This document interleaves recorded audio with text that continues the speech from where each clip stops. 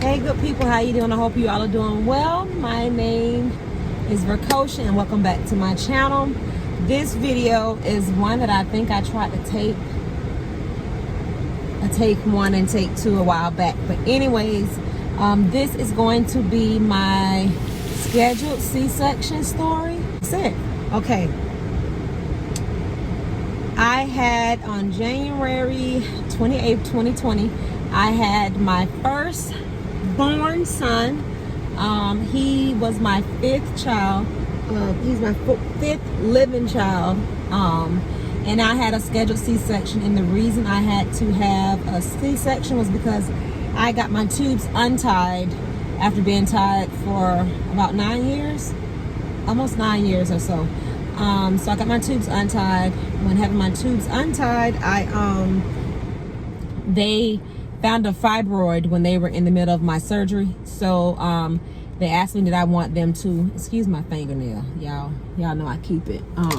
Anyways, it's fine, whatever. It was distracting to me because I keep putting this finger up.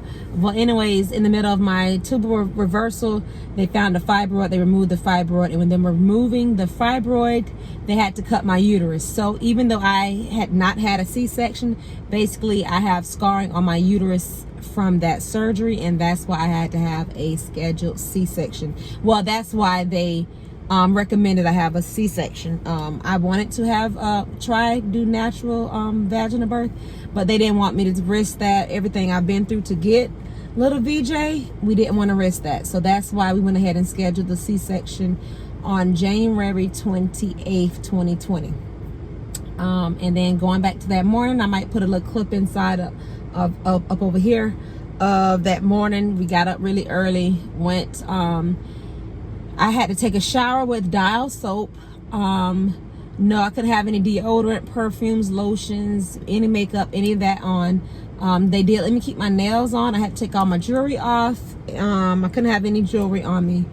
And then we got up, took a shower with the Dial soap, got to the hospital. I was already pre-registered. So if you have a scheduled C-section, most times you have to pre-register. You have to do some blood work or anything like that. And so I went, got all my tags that I had to get. I had to go to the hospital with those tags on. If I went in without them, then they would have had to cancel or reschedule, because I had to go in with those exact tabs on, or bracelets on, to match my charting.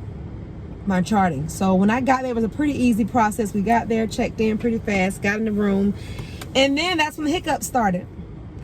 First hiccup, it was an emergency C-section, or a mom that was in labor overnight went in, so they had to move my surgery back. I was the first one scheduled for the day that morning, so I got pushed back one spot because of that mom going into labor or whatever. She had her difficulties, and they had to she had to have an emergency C-section.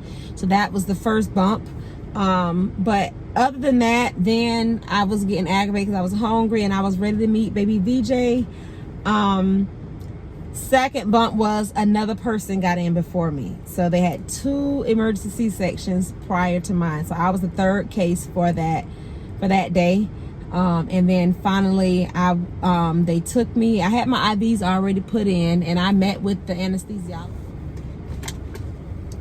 Okay, I don't know where I left off, but my daughter called in the middle of me recording, so I had to handle that, and I might get another interruption anyway. So I'm trying to think where I was. So I got interrupted. I got pushed back 2 surgeries. Also, I met with the anesthesiologist. I met with the anesthesiologist the day before when I did my pre-registration. So I did meet with him and let him know that I wanted to get as much footage as I wanted, record. So they let me take pictures, no video recording during the actual C-section. That's up to the anesthesiologist. And then also, what else? So I had the IVs in, got the IVs in with the nurses, fluids and all that stuff. I didn't have to have any antibiotic or anything because I didn't have any infections. Like, they did a blood work before to make sure of that. And then when I got in, I thought I was going to get the epidural where they put the needle or the thing that give you the shot and they actually leave it in and you have a controlled pump. That's what I thought. That's the type of epidural I thought I was going to get. But the anesthesiologist told me he's going to give me one shot. Well, 2 shots. One shot was going to numb the outside, and then the one shot, which is called a block epidural, where it numbs you from here down, abdomen down. You're numb all the way down for 24 hours. So that was what they did. So they rolled me back. I'll put a little thing of there when I'm getting rolled back. I got rolled back, and it was like right across the hall. I thought it was like far. It was right across the hall from where the room where we were going to be in, where we had our things at. Well, my parents stayed while I was in surgery. My parents and mother-in-law stayed while I was in surgery. They took me back, had hubby get dressed. He stayed out while they took me in to do the epidural. They had me sit up. I leaned over my doctor's shoulder, and she had me doing breathe in, breathe out, breathe in, breathe out. I felt the one little shot of to numb it, for them to start actually doing it. And then when they were doing the actual epidural, it was the weirdest thing ever. I wish I could have had something in the IV to relax me, because I would start to like I was about to get real nervous or panicky or something. I was getting ready to panic because it was just the fact of I'm leaning over, I'm not in pain. I was having mild contractions, but I wasn't like in pain, like in labor, where you're like, I don't care, give me the medicine, give me the drugs. It was the totally different feeling, because when you're in hard labor, active labor, and you have to get an epidural, you don't care what you feel. You don't care. You want them to just give you the medicine to give you some relief.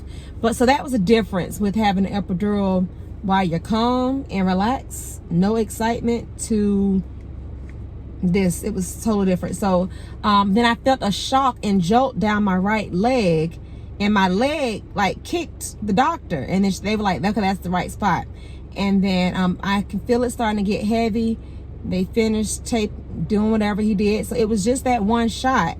I turned around and they helped me. I was able to lift my legs up and lay back. They put my arms down. They strapped my arms down.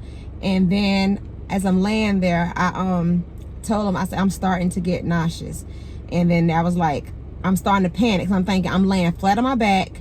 I'm starting to get nauseous. I'm getting sick on the stomach. And then I start sweating. I'm shaking. I don't feel good. I'm about to throw up.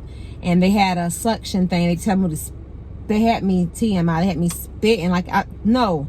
So they actually got a suction thing, and I start to vomit a little bit, which it wasn't a lot, but it was very uncomfortable. So the anesthesiologist had to give me some medicine through the IV to relax me, to help me feel better, because I was getting nauseous, and I was actually throwing up in my body. I'm throwing up, laying back, nervous, and then I'm like, I start to finally feel better. I start to calm down, feel better, and then I was like, where's my husband? Then it's like, I want my husband. Where's my husband? Then it's like, I want my husband. Where's my husband? Then it's like, I want my husband. Where's my husband? Then it's like, I want my husband. Where's my husband? And then I could smell this smell.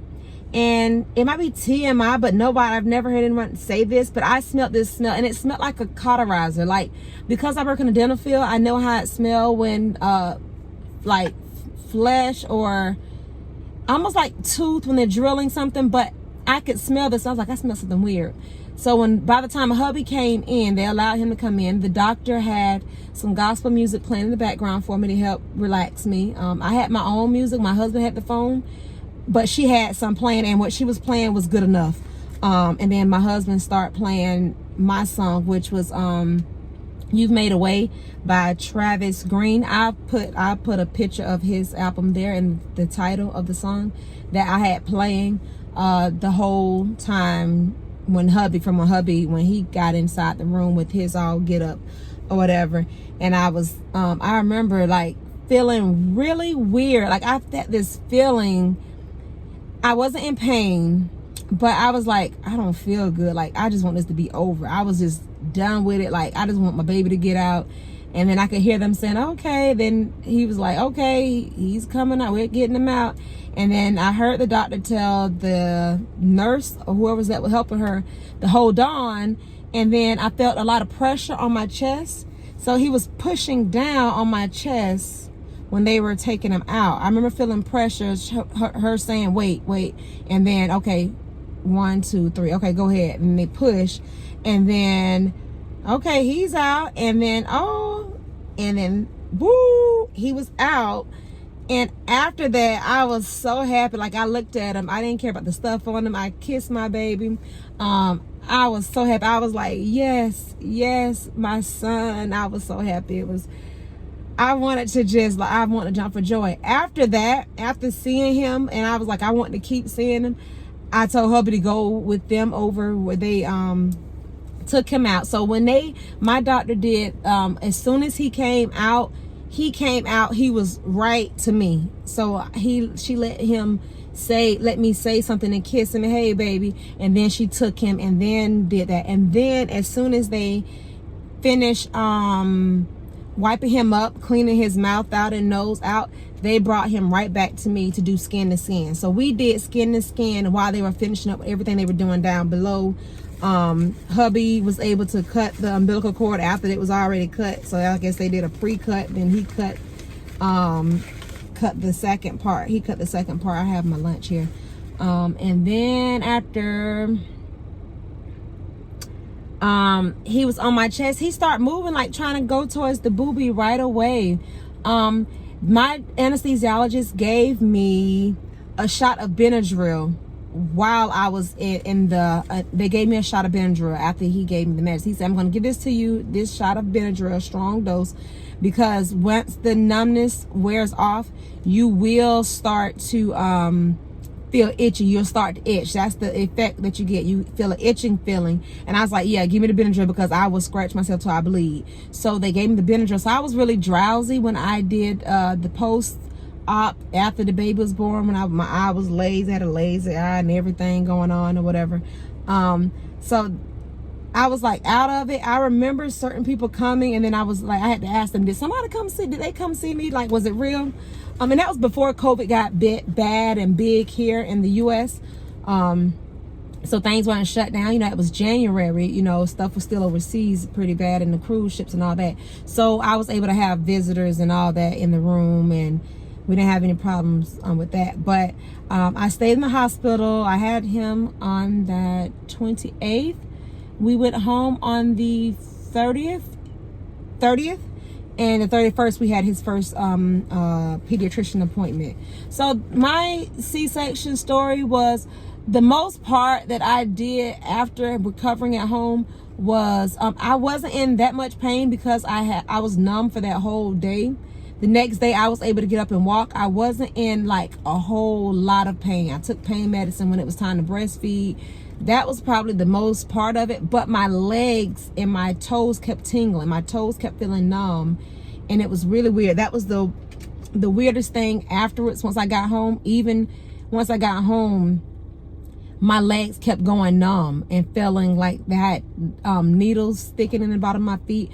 For like 2 weeks, I felt that in my legs. My legs felt really weird.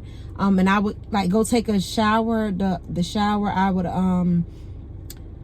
took a shower with my back to the water. No, first days I couldn't take a shower. I had to do a wipe off. I had to do wipe offs.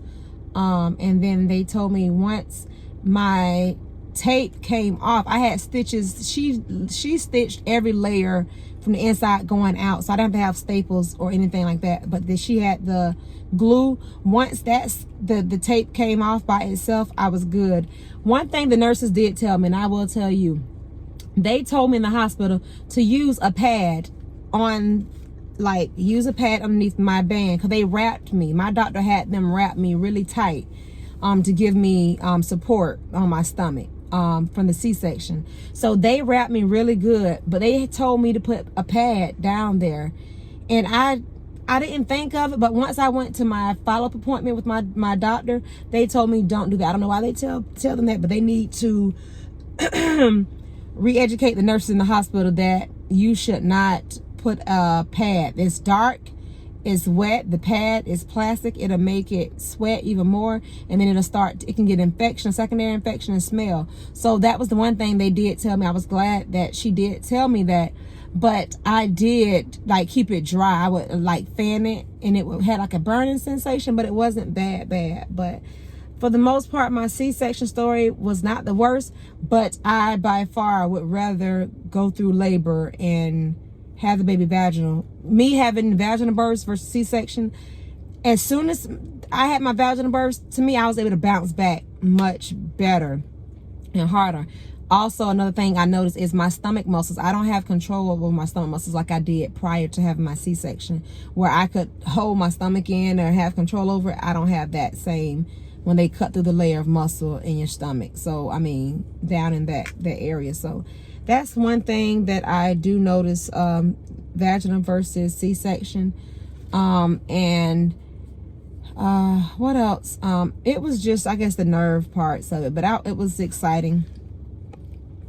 But it was exciting to meet baby VJ and breastfeed him, and he is something else. I love him to death. He is the man of the house. He run everybody and everything.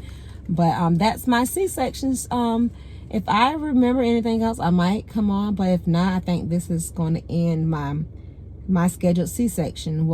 It went good. Only thing was I had pushed back twice, and I threw up when I first laid back after having my epidural. So other than that, it was good. And be blessed, everybody. Babe, I'm sending baby dust to all you TTC sisters. Do not give up. Keep the faith. Don't stress, but keep the faith. Don't let nobody make you not give up on your hopes and dreams to have your babies, your rainbow babies. You will get them. Be blessed, and I love y'all.